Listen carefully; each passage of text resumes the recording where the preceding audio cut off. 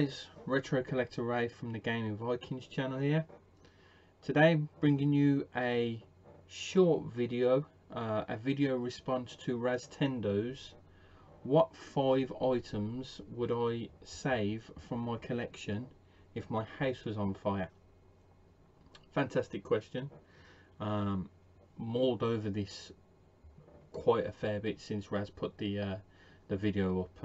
It's kind of hard to decide on just 5 things, so yeah, so we'll get into it. First of all, just say thanks Raz for putting that open video response out for everybody.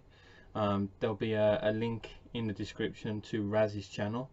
Please pop along and have a look, give him a thumbs up, give him a subscribe. He's got some fantastic videos out there, so definitely worth popping along. So first off, number 1 of the 5 items is my Panasonic 3DO console that holds quite dear to me.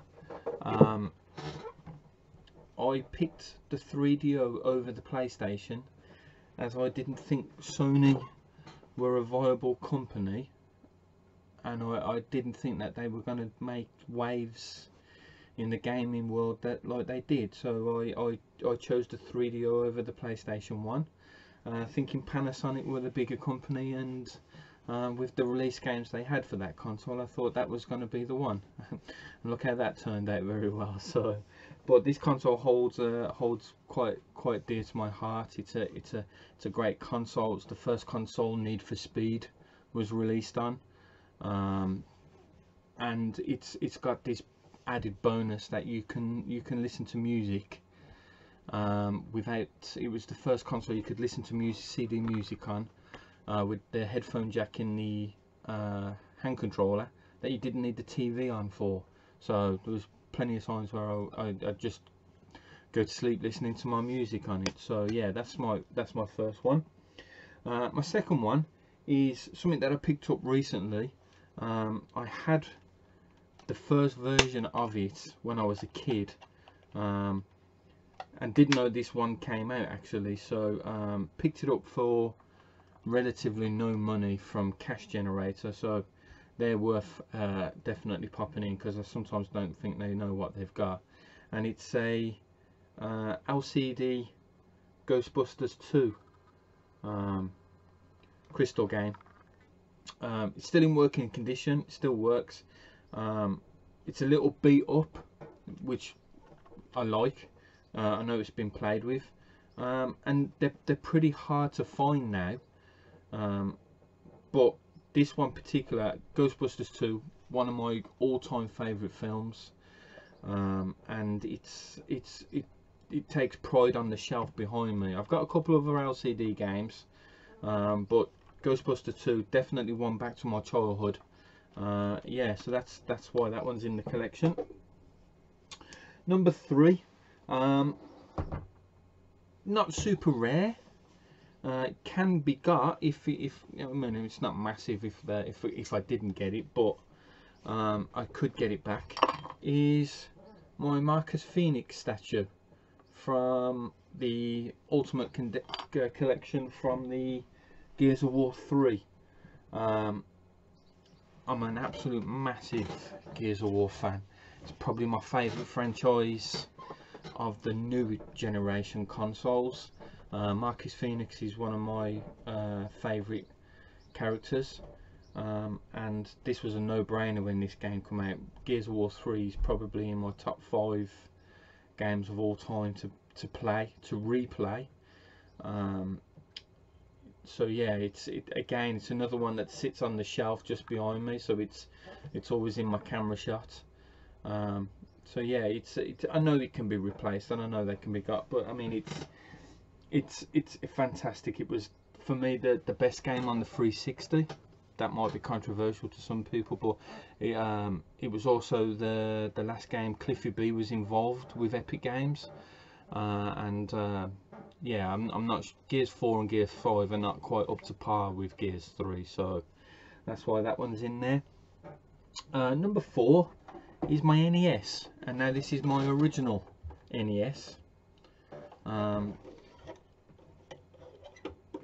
My mum managed to keep hold of this. It was in one of the back rooms of our house.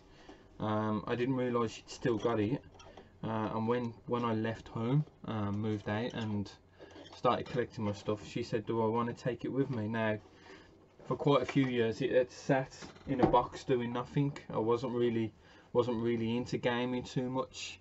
I was playing football and what have you, so it was never really used. And then when I started having children, it was a console I got back out and introduced my kids to the joys of Nintendo and Super Mario Brothers and such games. So again, another console that's very dear to me. I mean, it still works. It's still got its nicks in places. I mean, at once it's got, you can't quite see it, but it's got an indent in the top there from where I left the lamp too close to it, and it started to melt the top of it while I fell asleep playing Mario 3. So that's number 4, and number 5 coincides with the NES. It's the only game in the set, Super Mario Brothers 3. I would probably say, if not my favourite game, a game that I have a lot of sentimental value for. A game, I know you can get this if the house was on fire. I'm fully aware it wouldn't, I'd be able to pick it up. This isn't my original copy, but it's certainly a good copy. It's still got the Nintendo seal and stuff on it. It's a game I spent a long time playing. I'd probably say it was in the top 10 first 10 games I completed, and if I remember correctly, let me just check the date on it because my mind's a bit frazzled. So this came out in 91. I'm pretty sure I had it in 92. I pretty much spent the whole of a 6-week summer holiday playing it with one of my childhood friends. We literally did nothing but played Mario 3 either at his house or at my house, until we completed it, till we collected all the warp flutes. We'd done all the Easter eggs that you could find in the game. So yeah, that's my 5. There is others. I mean, I'm pretty sure if my house was on fire, I'd be running backwards and forwards. I don't think it would just be 5 that I would be grabbing. I would there would be other stuff I'd be trying to grab, and I'd be running in and out as much as possible until the fire brigade wouldn't let me run in here again. So thank you for popping along and watching me ramble on about these 5 things. Yeah, so if you'd like to do a video response to this, please do. Raztendo's put this as an open video response, and it'd be good to see other people's videos. So with that, I will catch you all next time.